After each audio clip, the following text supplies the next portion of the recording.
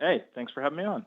So let me ask you, and people are desperate for baseball and sports and what have you, considering the fact that when Max Kepler led off that scrimmage with a home run, people were excited and texting me. I mean, that pretty much shows you where we're at in society right now. It is, and it was very nice. I don't normally take a spring training seriously. Like I hate tweeting anything actual event wise that happened during spring training, just because it's so pointless. But even this is knocking the sports curmudgeon out of me here, and it's super enjoyable. And it was really cool with the crowd effect, crowd noise being pumped in last night too. Yeah, and I think a lot of people were kind of speculating about that, right? What that would be like, but just a little bit that I caught because I was on the air, obviously. But I think they did a pretty good job with that. Yeah, they did. And it's funny. I'm gonna have something that I write for it on Friday. That when we like they're learning basically. They're admitting that this is the first time they've ever done anything like this, and they not only are going to change sort of their game day experience in the future. I mean, obviously you're figuring this out now, but yeah, they plan to change how they will do a game based off of one scrimmage on Wednesday night. They're going to change how they do this in the future, even when there are fans in the stands. And it's fascinating the way they plan to play music a little bit more in between each pitch and stuff like that. You see it in NBA, and if you've attended an NBA game, it's unforgettable how Yeah. different that is from everything else, where there's music and it gets the crowd pumped up. And I think baseball may adapt this. And the Twins are pretty excited about the possibilities after even one game, which is crazy. Yeah, it's funny you say that because I never even thought about between plays in football games, Vikings games, and even like kind of when they're doing whenever the puck freezes in the NHL, right? Kind of the same thing. Right, So exactly. yeah, huh? So it's going to be kind of fascinating to see what they play out.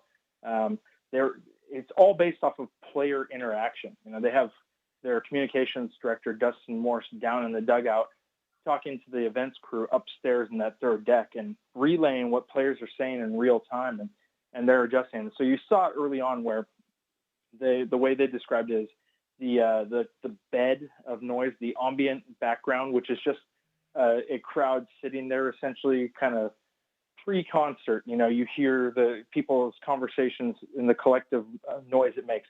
That's what they changed. They started with it kind of high, and players basically said midway through the game, "Hey, let's turn that down and let's turn the reactions up and let's turn the music up." And so it's real time, and it's kind of a fascinating experiment to see how it plays out. Yeah, it really is. As far as what we saw in the field, and when you and I met back in, I guess late February, early March, a lot of speculation, a lot of anticipation for this upcoming season. So I think when you're kind of seeing the squad come together here, that hasn't really waned. We just had 3 months to have to wait for it.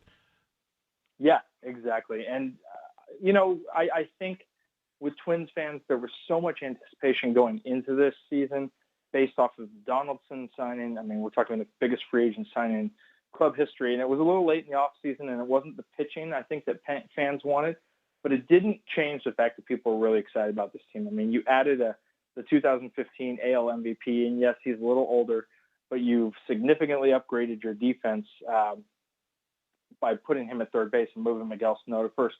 And you took a 102 win team and you made it better. And you added around it. You added Kenta Maeda, Rich Hill. Probably didn't get the excitement that he is going to have now because he's healthy now. And if this had been March, we certainly wouldn't have had that because you had to wait 3 months for him to come back. But here it is coming up on opening day, and he's had plenty of time to rehab. And this is a really good team. And I think people are kind of just, like you said, hungry for live sports.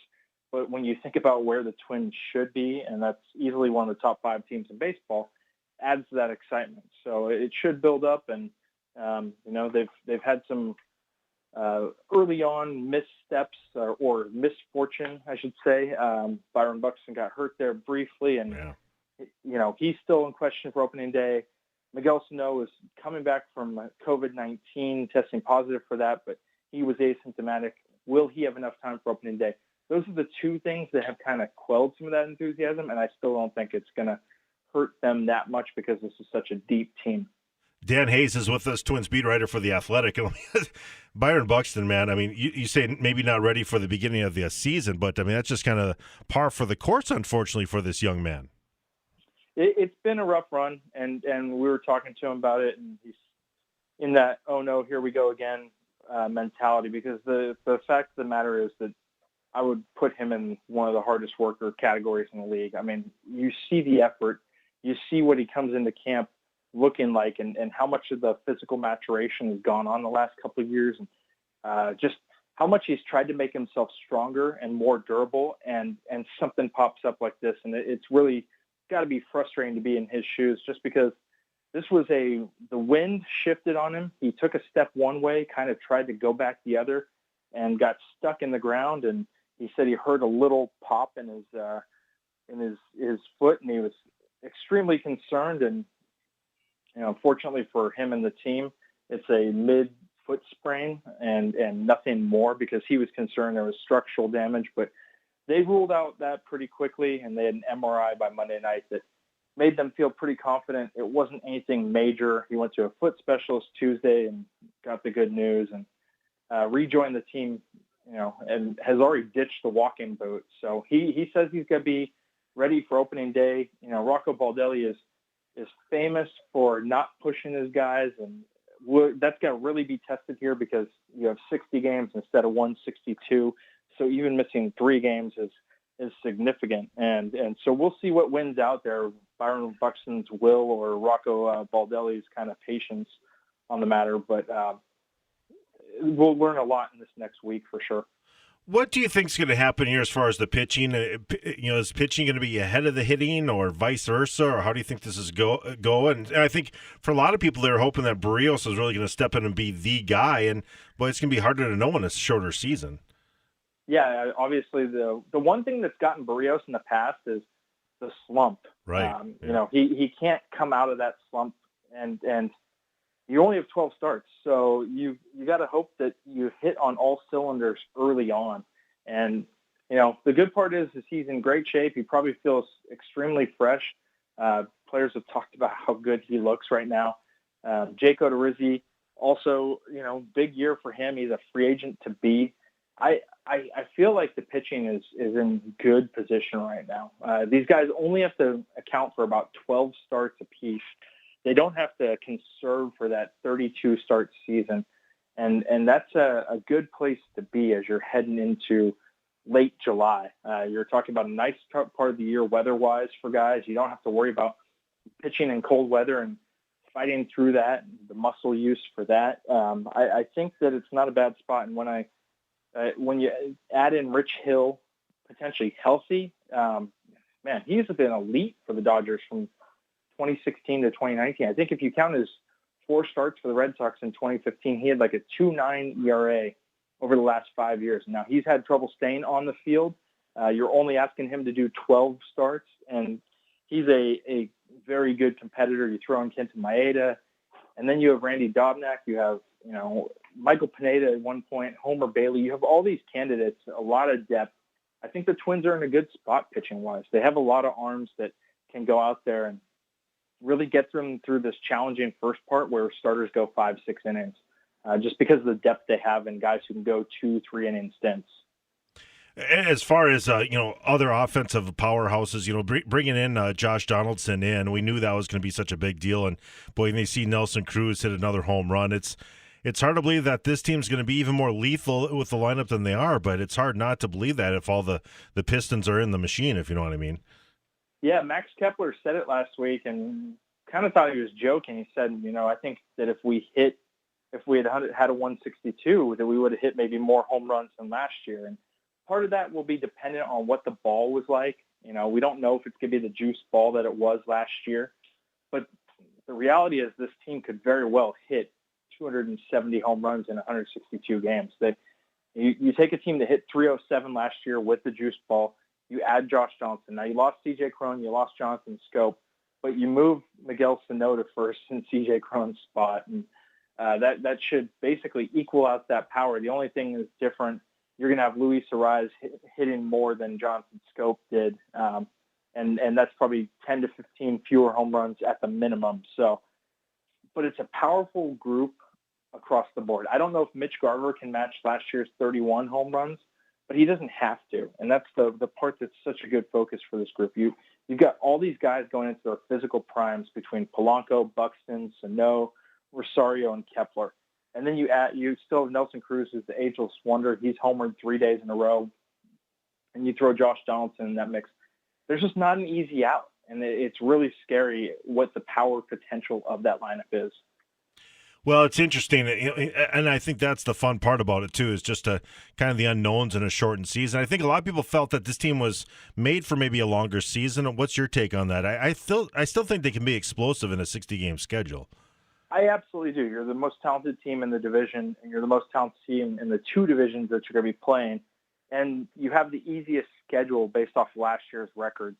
The Pirates, the Royals, and the Tigers are all not good. The Reds are better, and their pitching staff's really good, but they still have some growing to do. And it wouldn't surprise me if they took a leap over there this year in the NL Central. But the Cubs have flaws. The Cardinals have some flaws. You look around, the Twins are the best team between these two divisions.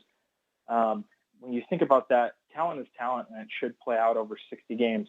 It does obviously allow for more randomness. The White Sox their pitching might not be as exposed. They made some good signings, but I don't like their starting pitching all that much. I like their bullpen. I love their lineup.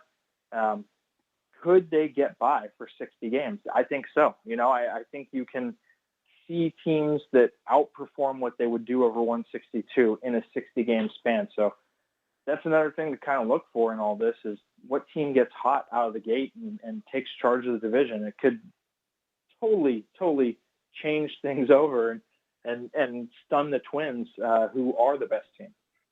Well, I'm looking forward to it. What's it like covering this from afar? I mean, we always like to go in the clubhouse, get interviews. That's my favorite part of spring training, to get out of this godforsaken place in the winter and all that. I mean, it's going to be weird. It's got to be a weird thing to be a beat writer right now for the Twins. It does, because everything is on Zoom, and we were just talking to a couple players today and the manager. The players seem to like Zoom. It's been some really refreshing, good interviews. I don't know if they like the personal space that comes with it or the lack of camera lights in their eyes, but the players, for the most part, have responded really well to Zoom as they've gotten accustomed to it. So that part's a plus. Missing the clubhouse, obviously, is a negative. The game experience got way better on Wednesday with the noise. So it's baseball. I'm glad it's back, and I think for that reason it's enjoyable, as strange as it is. Yeah, I guess 6 days away from that practice game in Chicago and real games against the White Sox. And I just got to say this: I've been on this pedestal as someone who, my grandparents are gone, but those later years, and my significant other works at an assisted living place. Man, do these people in these long-term care facilities need Twins baseball? It is just heartbreaking. Oh, yeah. No, it's my dad lost my mom in the off season, and he has been needing baseball in the worst way. And I am so happy about the possibility of him having it. It's just something that's always been there, and it's something to do consistently during the great part of the year. You associate it with that, so. I agree with you. It's going to be nice to have it back. Dan, thanks so much. I enjoy your work, and we'll certainly get people to try to subscribe to you guys at The Athletic, and thanks for all you do, and thank you for being with us here on KFGO. Hey, thanks for having me on.